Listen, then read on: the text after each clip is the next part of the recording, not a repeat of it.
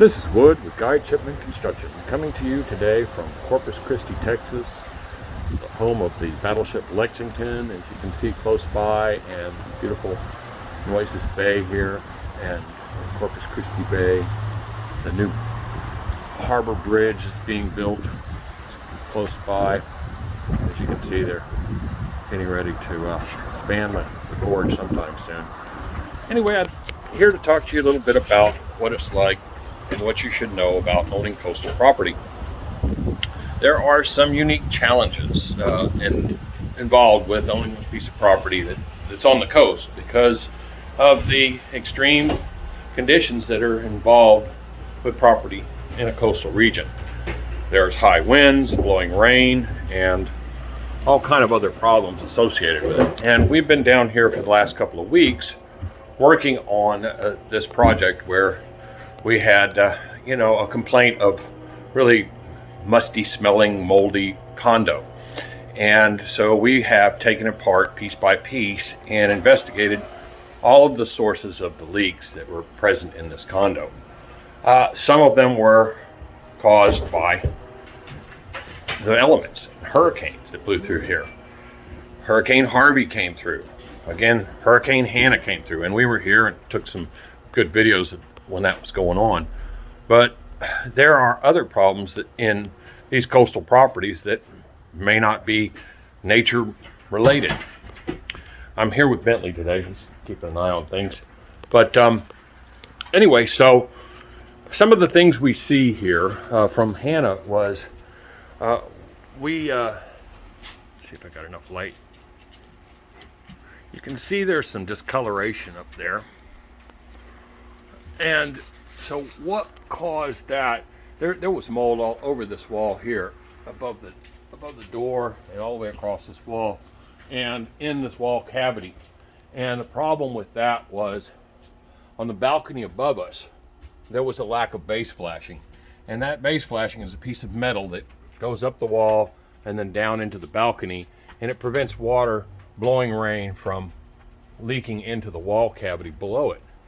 So right now they're working on replacing the siding here, and hopefully they'll be correcting that. They've taken out the siding and they now have the walls.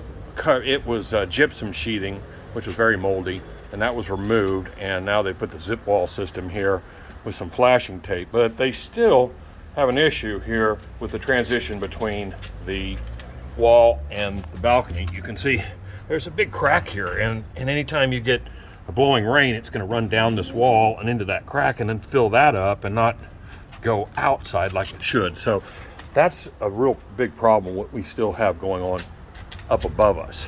But other items, this flashing tape really needs to be sealed better to the sides of doors. It needs to lap or something. Right now it's wide open in some areas. So poor execution is one problem there, and poor design in the original construction. We also, when we took the subfloor out, there was a tile floor in here, beautiful tile floor, and we took the subfloor out, and there was mold on the back of the tile and mold on the back of the subfloor itself. So we took the whole floor out, and we treated the whole area, all the floor framing. We treated it with an antimicrobial, and then we came in and encapsulated it as well, and we dried the structure in between each application. And so now we have a structure that's not as likely to grow mold because it's been well treated, and replaced all insulation in the subfloor.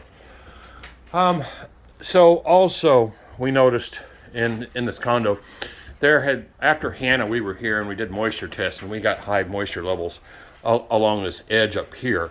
And so we pulled the sheetrock and wind bracing plywood off of this area, and you can see some discoloration there on the top plate that indicates mold, and we're going to treat all of that area as well and encapsulate it. But so what that is related to is the area below the patio door. You've got a patio door threshold, and then you've got a waterproof balcony condition.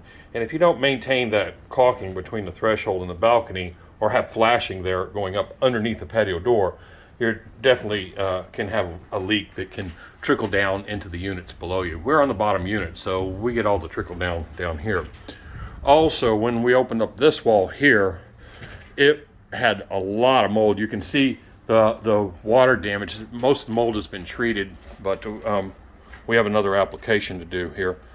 But you can see there was water trickling down this wall. And if we go and look outside again, you'll see kind of what may have caused that.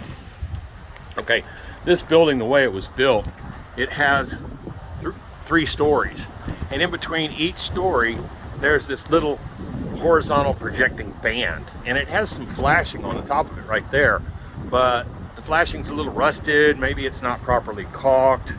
I don't know. But as water blows against this building and runs down, if it hits that flashing and it's not properly sealed, the water can run into this wall cavity here. And our unit right up behind us is that same wall condition where the water got into. And this is made worse in the event of a hurricane or strong blowing rains. But the wind is always blowing down here at the coast, and we see a lot of moisture infiltration.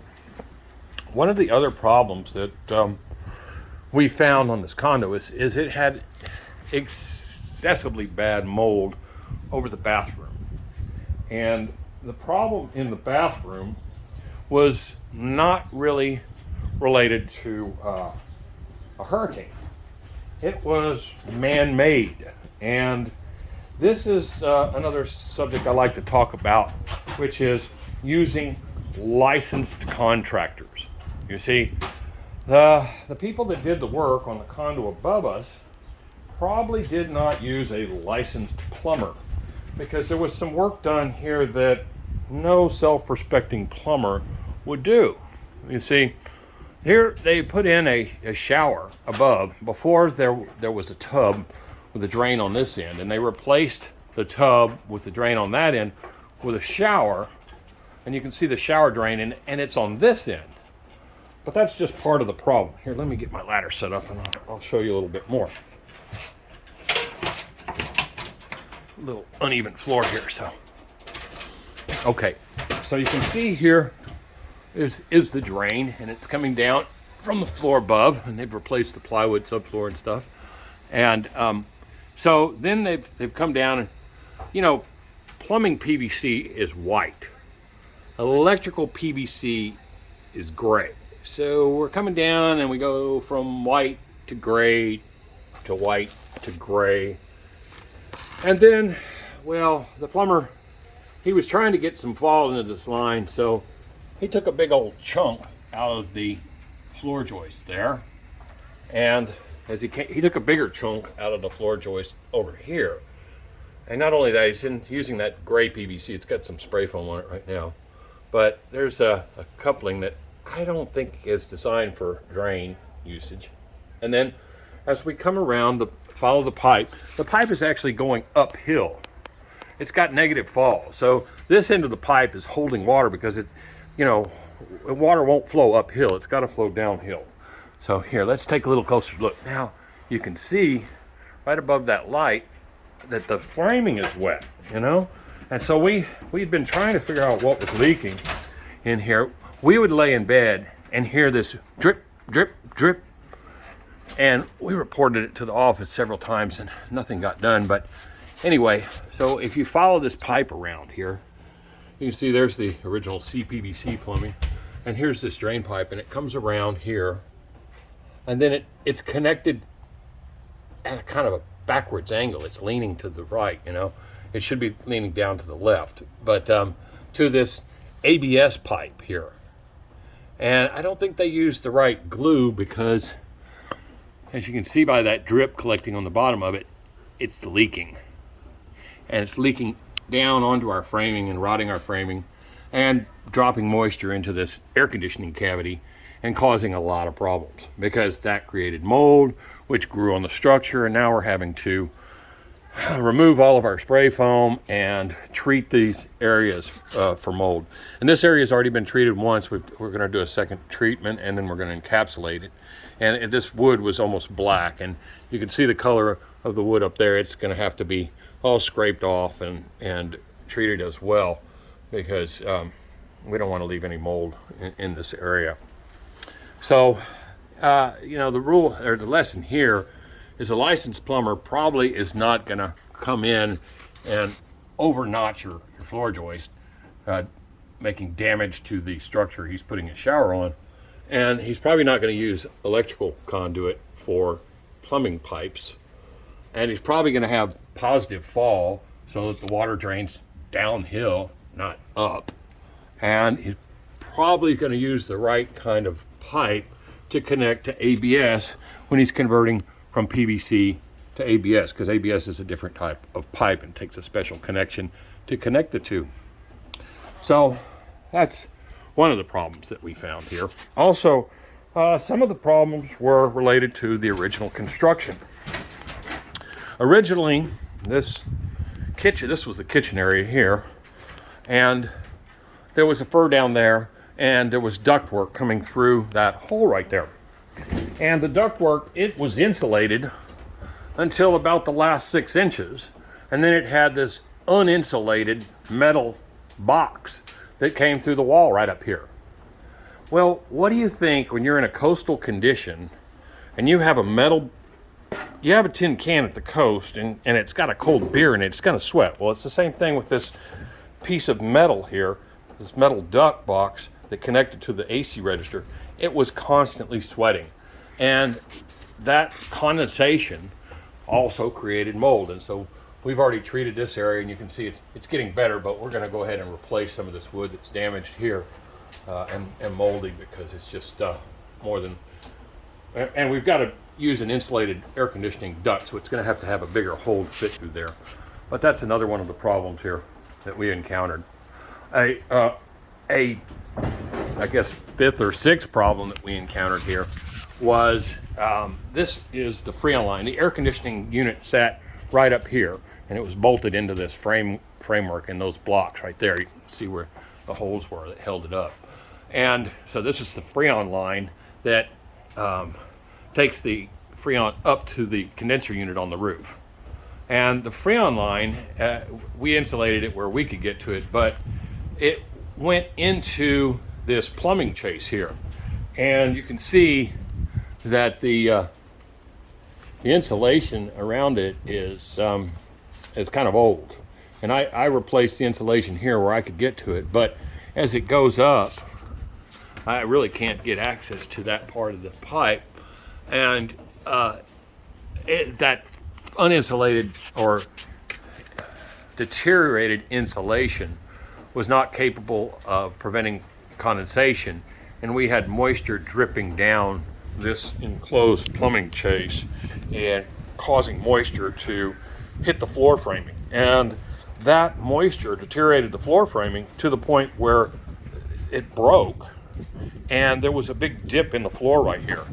And so we had to install new framing, jack the whole floor system up, install new framing, and straighten it out. And there's a major concrete beam that runs underneath here that we were able to put support underneath and lift this floor framing up to get the floor level, because this had a tile floor in it, which, again, this unit was not designed for a tile floor.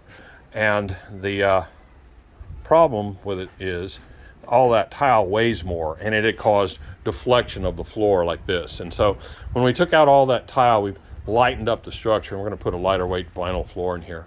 But that's another one of the problems that we encountered. You know, just age, it takes its toll on everything, and these Freon lines have to be very well insulated in a coastal condition, or they will sweat like crazy. So back to, you know, beautiful Corpus Christi, where we should be out fishing and having a nice time. If you want to own a coastal property, you need to do some close checking on the condition of the construction. And a regular real estate inspector may not catch the things that were wrong. Nothing came up on our inspection report when we purchased this, hardly. So do your due diligence. Look into the guts of your building if you can, and its maintenance record as well, because proper maintenance is everything. and especially in a coastal condition with high winds and blowing rain and salt and everything else that goes along with beautiful Texas coast or Florida coast or wherever you are. So this is Wood signing out for now. I'll get back with more as we progress from beautiful Corpus Christi. Hope to see y'all soon.